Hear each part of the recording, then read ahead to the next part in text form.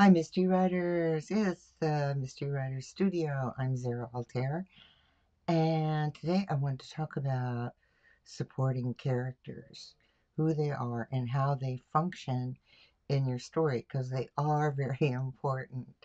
Um, First of all, I just want to remind you that you need a character Bible.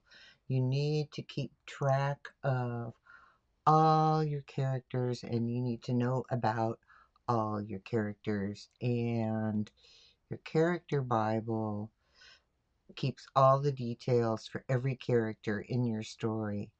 So it doesn't matter how you do it, it can be handwritten sheets, um, or a character development section of a writing software program, or notes in Word or Google Docs, or you can use a program like Plotter to go deep into your characters, but you want to track all of them. You want to do this for simple reasons like they don't change their hair or eye color halfway through the story because you forgot what you said 5 chapters ago. So each character has their own separate page, and that goes for all of the characters, every single character in your story, even the walk-ons. You want them in your character Bible. All right. So, what is it that you need to know about those characters? So, today we're not talking about main characters like the detective or the villain or the victim, but we're talking about all the other characters that populate your story world. All right. The for the main thing you need to know about each character is their context, and that is how it impacts the detective's attempt to solve the mystery. So, what is their story role?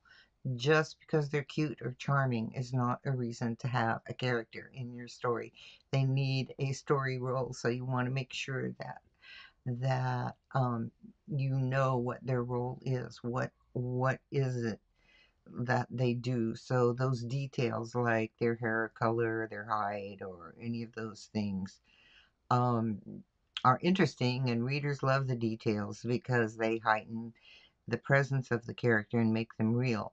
But if you change your character's hair color, and you can, it won't impact their influence on your detective. So that is their main goal. That is the main reason that they're in the story. So you need to know each character's intention. And that's why the secrets and lies are important in your mystery. And I talked once before about keeping track of the secrets and lies in your character Bible. So the secrets that characters have and the lies they tell to cover up those secrets. And those secrets may not even be uh, important to solving the crime, but they are secrets that, say, a suspect wants to keep hidden for personal reasons. It's some secret they don't want known, so they're not going to divulge it. All right. And so they're going to lie. Um, let's see, what else did I want to say about this? I'm sorry, I'm looking at my notes. Um, Context is really important. I want to emphasize that because most character creation guides, and there are many, and the tools start with those physical details and things like that. And I think they start beginning writers backwards. So you can always change those details, but your character is important to the story because of their role in the story, and that's what you need to know. So, for instance, in my character Bible, every character has their story role. That's part of their character background.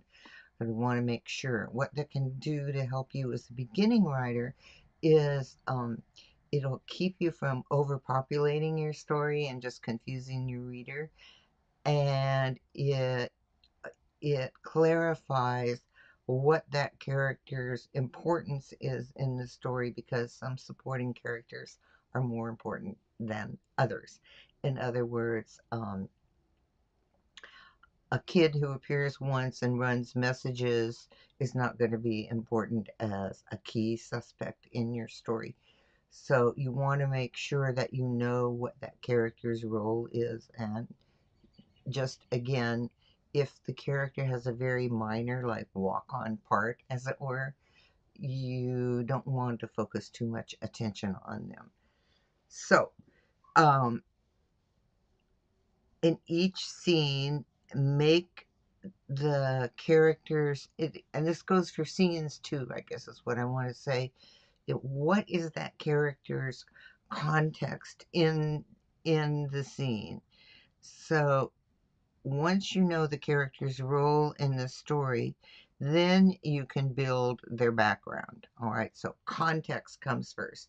What is their, I'm going to just lose one of today's buzzwords, what is their purpose in the story? Um, and then what is their intention or goal? These are all things you want to know about your character. And then things like what are their physical details and what are their secrets, what are their lies, if they're an important character, wound, any backstory that can influence what happens in your story. And of course, very important, especially for mysteries, is the relationship to other characters.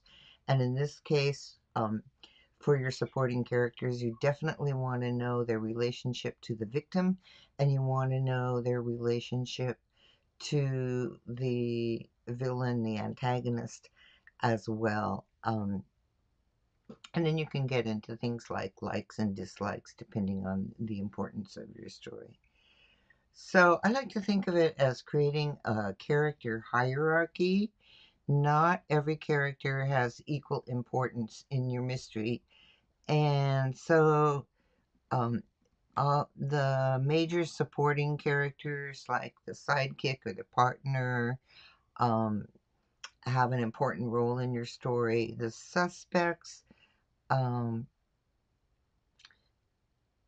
the detective's personal uh, opponent. So many times there's somebody who just, for whatever reason, doesn't like your protagonist, and they give them trouble and they get in the way. And because they're in such opposition, they actually impede the detective's progress on solving the crime. This is not the villain.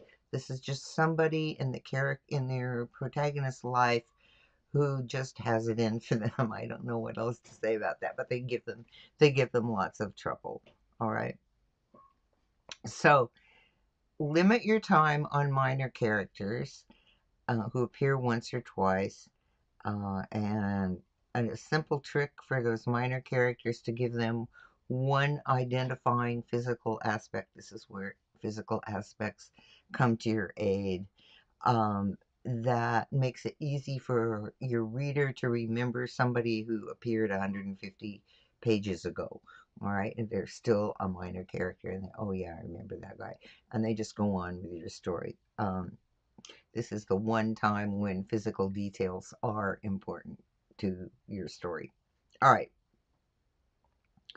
so essentially, that's what I wanted to cover today. Is to make sure that you list every character in your story, because you never know. You might think a character is only going to appear once, but then it turns out as your story progresses and you think about it more, that character may appear later in your story or may be referenced later in the story. So you still need them in your character Bible. Create that hierarchy so you spend the most time on your character background with the more important characters, and then just set them loose and let them play in your story. Um, so that's what I wanted to say today. And if you have, once again, if you have any questions, just please put them in the comments. I'm happy to answer questions. I know that keeping track of characters can be tough. Um, and that your character Bible is definitely going to help you keep track of all those characters that pop into your head as you're thinking about your story. All right, thank you so much, and I will see you next week.